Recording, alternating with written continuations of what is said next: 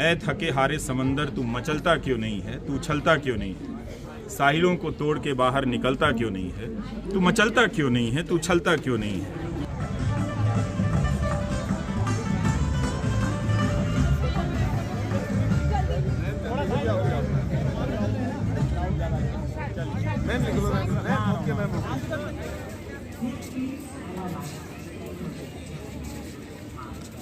नमस्कार, हम हैं इस वक्त जयपुर लिटरेचर फेस्टिवल में जो क्लार्क्स होटल में पूरा है जयपुर में। और माइक नहीं है तो क्या हुआ, आवाज़ मेरी तेज़ है। और हम आए हैं यहाँ पर, आप देख सकते हैं यहाँ मेरी किताबें रखी हुई हैं जो अंग्रेज़ी में आई थी। अब ये फ्री वॉइस ये है और इश्क में शहर होना का अंग्रेज़ी वाला अनुवाद है यहाँ पर। तो इसका अनुवाद है, ये मेरी किताब है। लेकिन मैं बात सिर्फ अपनी किताब पे नहीं करूँगा। जो यहाँ पर किताबें हैं, एक नज़र में अगर आप देखें तो एक बदलाव नज़र आता है कि ज़्यादातर जो किताबें हैं वो ऐतिहासिक व्यक्तियों के ऊपर हैं और जिनके ज़रिए उन्हें नायक बनाया जा रहा है। ऐसा लग रहा है कि उन्हें इतिहास में कम जगह मिली है, लेकिन इतिहास ने अपनी यात्रा बहुत अलग तरीके से तय की है। जब शुरुआती दिनों में इतिहास इसी तरह से लिखा जाता था, व्यक्तियों का इतिहास लिखा जाता था, उनकी महानताओं की चर्चा होती थी। लेकिन बाद में धीरे धीरे लगा कि इतिहास को देखने की यह समग्रता, ये दृष्टि जो है वो ठीक नहीं है। तो इसलिए बाकी और प्रक्रियाओं पर भी नज़र डाली जाने लगी और जो शोधकर्ता हैं वो उस तरफ चले गए। इसका मतलब ये नहीं था कि किसी व्यक्ति के योगदानों को उन्होंने छोड़ दिया है, लेकिन राजनीति अब तय कर रही है कि नहीं, हम उसे अच्छा लगता है कि कोई उस जब आप प्रक्रियाओं का इतिहास पढ़ेंगे तो बहुत वक्त लग जाता है समझने में, सोचने में। अलग अलग इलाकों में अलग अलग समय में आपको यात्राएं करनी पड़ती हैं। मगर राजनीति चाहती है कि तुरंत कोई एक मूर्ति मिल जाए, कोई एक नायक मिल जाए जिसके नाम पर भावुकता पैदा की जाए, माला पहनाया जाए, जयंती मनाई जाए और इस तरह से कहा जाए कि इतिहास में इनका अनदेखा हुआ है। तो ये एक बदलाव दिख रहा है कि बहुत सारे राइटर जो हैं वो व्यक्तियों के ऊपर लिख रहे हैं, बहुत सारे व्यक्तियों के ऊपर लिखी गई किताबें आ रही हैं।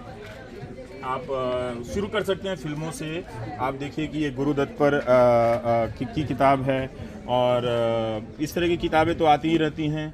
और हरिप्रसाद चौरसिया जी पर किताब है ये। लेकिन ऐतिहासिक चीज़ें आप पढ़िए, कितने शानदार बांसुरी वादक रहे हैं।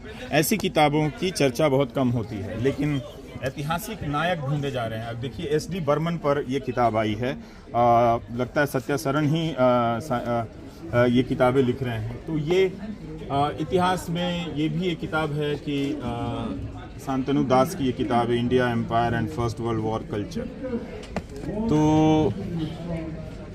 अगर आप यहाँ से देखें तो बहुत सारा व्यक्तियों पर किताबें लिखी गई हैं और किताबों के ऊपर व्यक्तियों के नाम अब उसमें हावी होते चले जा रहे हैं और जिससे आप कह सकते हैं कि इतिहास को इस किताब को देखना चाहेंगे।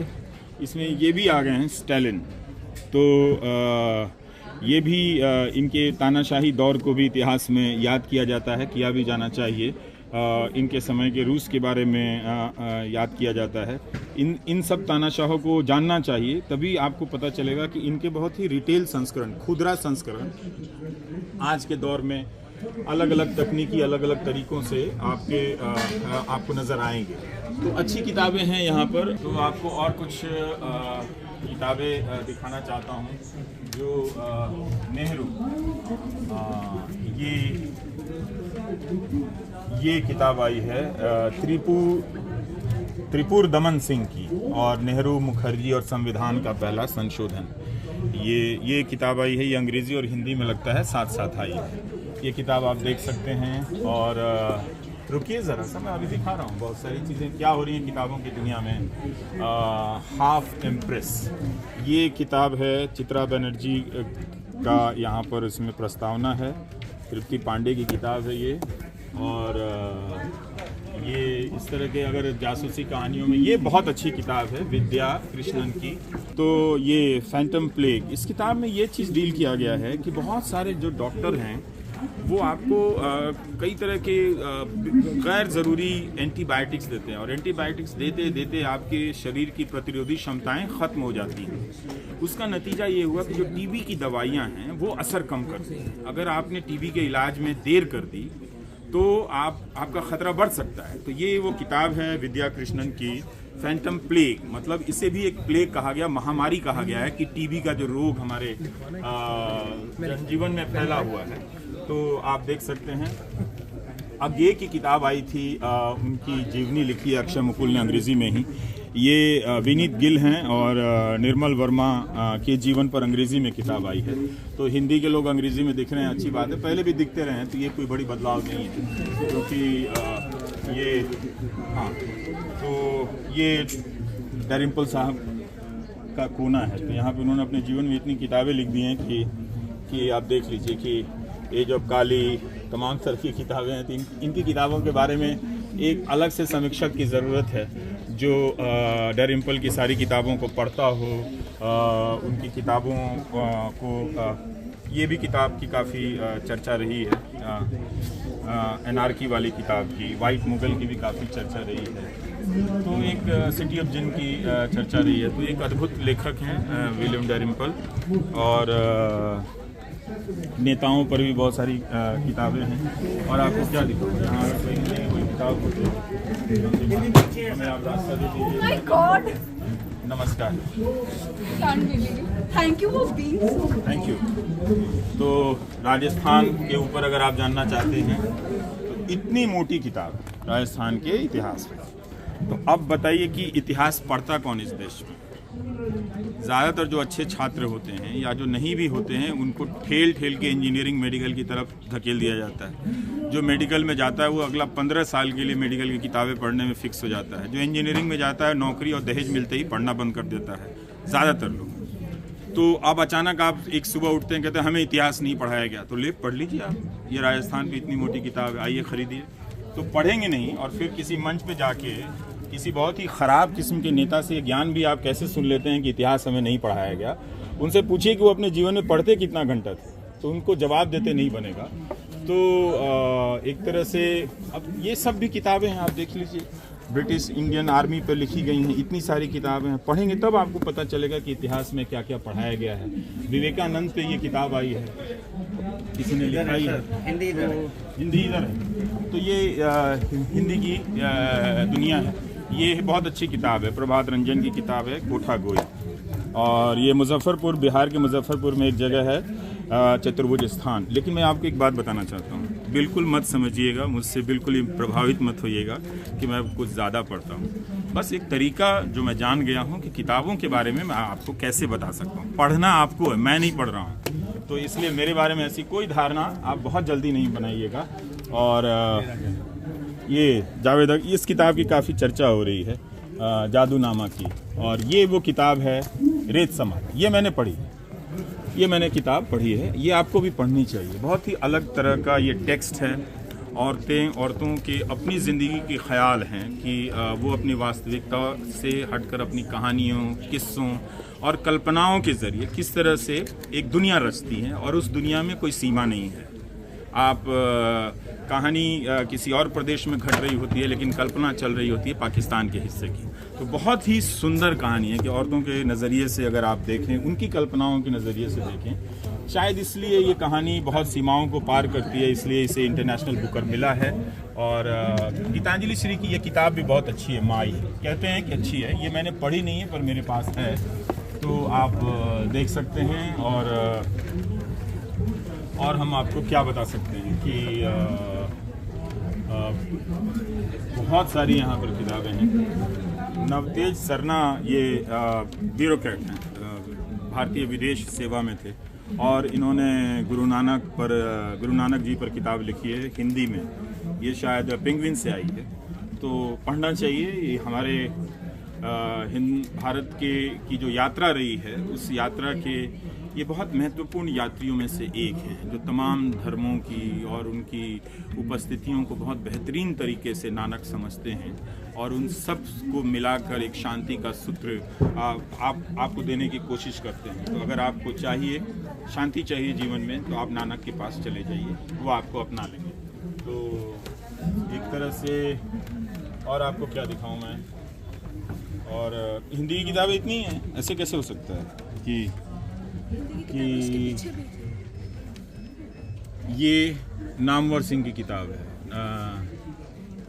मनोरंजन भागा हुआ लड़का।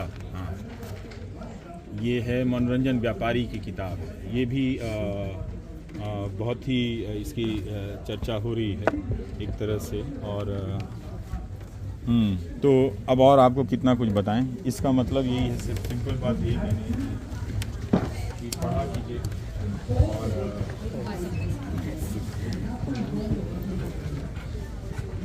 ये सब भी किताबें अगर आप कोशिश करें कि अपने भीतर पढ़ने, कई लोग पूछते हैं क्या पढ़ना चाहिए बताइए, तो एक तो मैं कोई बाबा नहीं हूँ कि हर बीमारी का इलाज आपको बता दूँ, लेकिन हाँ अगर आप पढ़ना चाहते हैं ना तो अपनी रुचियों का विस्तार कीजिए, उसमें प्रयोग कीजिए। अब ये किताब है, शायद कोई ना खरीदे, लेकिन 1971 के साल में बांग्लादेश की तरफ क्या लिखा जा रहा था, तो उस तरह की कहानियाँ आप पढ़ेंगे तो आपको एक समाज को, उसकी भावनाओं को भी समझने में आपको मदद मिलेगी। आप थोड़ा सा और कुछ जानेंगे, इतिहास को, अपने समय को समझने के लिए आप और बेहतर तरीके से जिसे कहते हैं लैस हो सकेंगे, इक्विप्ड हो सकेंगे। तो राना सफ़वी हैं, इनकी भी बहुत सारी किताबें हैं इतिहास और दिल्ली के इतिहास पे। तो अगर आप इनकी दुनिया में प्रवेश करेंगे तो आप दिल्ली को इतना जानेंगे कि आप उससे बाहर नहीं आ पाएंगे। फिर आप कहेंगे कि हमें इतिहास पढ़ाया नहीं गया। इतने सारी किताबें दिल्ली के ऊपर लिखी गई हैं, उसके इतिहास पे लिखी गई हैं, आप देख लीजिए, आप पढ़िए दिल्ली के इतिहास के बारे में। तो और अगर नहीं लिखी गई हैं तो आप पढ़कर आप भी लिखिए, सिंपल बात है। इसका तो एक ही समाधान है, पर आप ये नहीं कह सकते कि हमें नहीं पढ़ाया गया और हम नहीं पढ़े। सच्चाई ये है कि आप पढ़ते नहीं हैं, और लिखने वाले इस देश में इतिहासकार बहुत कम है। कोई अगर मंत्री ऐसी बात कहता है तो आप उससे सिंपल सवाल पूछिए कि आपके देश में इतिहास का कितना बजट है, उस पर रिसर्च का कितना बजट है, कितने लोग इतिहासकार हैं, इतिहास पढ़ाने का जो करियर है वो इतना ख़राब क्यों बनाया गया, इतिहास का मजाक क्यों बनाया गया। इन सब बातों को अगर आप पूछेंगे तो मैं आपको लिख के देता हूं कि जनाब से एक जवाब देते नहीं बनेगा, उनकी हालत ख़राब हो जाएगी। लेकिन वो कहेंगे हाँ जी इतिहास नहीं पढ़ाया गया, आप भी बैठे बैठे कहेंगे इतिहास नहीं पढ़ाएंगे। इतनी सारी किताबें लिखी गई हैं तो कोई लिख ही रहा है ना, कोई पढ़ ही रहा है ना। अगर आपको लगता है कि इसके बाद भी कोई किताब बच गई तो आप लिख दीजिए। तो ये सब जो प्रोपेगेंडा चल रहा है इससे निकलिए, और हमेशा किताबों की दुकानों पे खरीदने के लिए मत आइए, देखने के लिए भी आइए कि इन किताबों की सूची को देखना, इनके कवर को देखना भी अपने आप में बहुत सुंदर अनुभव होता है। तो ये कितना सुंदर, ये देखिए गणित पे किताब निकल आई थी, हाँ, और कुछ भी आप खींच ली तो आप जानेंगे। यहाँ पर कालिदास पर यहाँ पर किताब है, तो आप कैसे नहीं जानेंगे। तो इसलिए बहुत ज़रूरी है कि आप इसको, बहुत सारी किताबें जो है ना हमें पता नहीं चलती हैं कि ऐसी कोई किताब आई है। तो अगर आप किताबों की दुकानों में भटकेंगे, आज नहीं किसी और दिन ले सकते हैं, आप किसी और वक्त में ले सकते हैं। तो एक आखिरी किताब से अपनी बात खत्म करता हूँ, कैफ़ी आज़मी की किताब। हमने तो नहीं, मुझे नहीं मालूम था कि कैफ़ी आज़मी की यहाँ किताब रखी है, तो पढ़ दूँ। ऐ थके हारे समंदर तू मचलता क्यों नहीं है, तू उछलता क्यों नहीं है, साहिलों को तोड़ के बाहर निकलता क्यों नहीं है। यहाँ समंदर आप हैं, जो आप इस तरह के प्रोपेगेंडा के जाल में आ गए हैं। लेकिन ज़रूर कैफ़ी की नज़र में समंदर कोई और है, पर मेरी नज़र में समंदर आप है। तो ये भी एक तरीका है कि एक कवि की रचना, एक शायर की रचना अलग अलग वक्त में कैसे ट्रांसफॉर्म हो जाती है। ऐ थके हारे समंदर तू मचलता क्यों नहीं है, तू उछलता क्यों नहीं है, साहिलों को तोड़ के बाहर निकलता क्यों नहीं है, तू मचलता क्यों नहीं है, तू उछलता क्यों नहीं है। तेरे साहिल पर सितम की बस्तियां आबाद हैं, शहर के मेमार सारे खानमा बर्बाद हैं। मैं पहली बार पढ़ रहा हूँ। तेरे साहिल पर सितम की बस्तियां आबाद हैं, शहर के मेमार सारे खानमा बर्बाद हैं। ऐसी काली बस्तियों को तू निगलता क्यों नहीं है, तू उछलता क्यों नहीं है, तू मचलता क्यों नहीं है। तुझमें लहरें हैं न मौजें हैं न शोर, जुल्म से बेजार दुनिया देखती है तेरी ओर। तू बलता क्यों नहीं, तू उछलता क्यों नहीं, तू मचलता क्यों नहीं, ऐ थके हारे समंदर तू मचलता क्यों नहीं, तू उछलता क्यों नहीं। अब देखिए, आपकी राजधानी दिल्ली में, इस देश की राजधानी दिल्ली में महिला कुश्ती खिलाड़ी धरने पर बैठी हैं कि एक ताकतवर सांसद उनके साथ यौन शोषण करने की कोशिश करता है, आरोप लगाती है, लेकिन महिला बाल विकास मंत्री बोल नहीं पाती और आप उनके समर्थक होकर बोल नहीं पाते। तो आप थके हारे लोग हैं। इसलिए कैफी को पढ़िए तो आपको समझ में आएगा कि क्यों नहीं आप मचल पा रहे हैं, क्यों नहीं आपके भीतर बेचैनियां पैदा हो रही हैं। इसलिए किताबों के नज़दीक आने की जो प्रक्रिया है ना, वो इतनी आसान नहीं है। ये जो फ्रॉड नेता है ना, वो आकर आपको बरगलाते हैं कि इतिहास हमें पढ़ाया नहीं गया, खुद ज़िंदगी में कुछ अच्छी चीज़ पढ़ते नहीं हैं, आपको ख़राब चीज़ें देते हैं, घटिया भाषण देते हैं और साथ में ये लेक्चर भी देते हैं कि इतिहास हमें पढ़ाया नहीं गया। इतनी सारी किताबें आप एक जीवन में पढ़ भी नहीं सकते। तो इसलिए कोशिश कीजिए कि आप अपनी किताबें अपनी पसंद चुनिए। और ये किताब तो बहुत अच्छी हाथ में लगी है। तो ये सारी रिकॉर्डिंग वृंदा शर्मा कर रही थी और इनकी उंगलियों में देख रहा हूँ दर्द होने लगा है, तो मैं अब रुकता हूँ। धन्यवाद, नमस्कार, मैं रविश कुमार।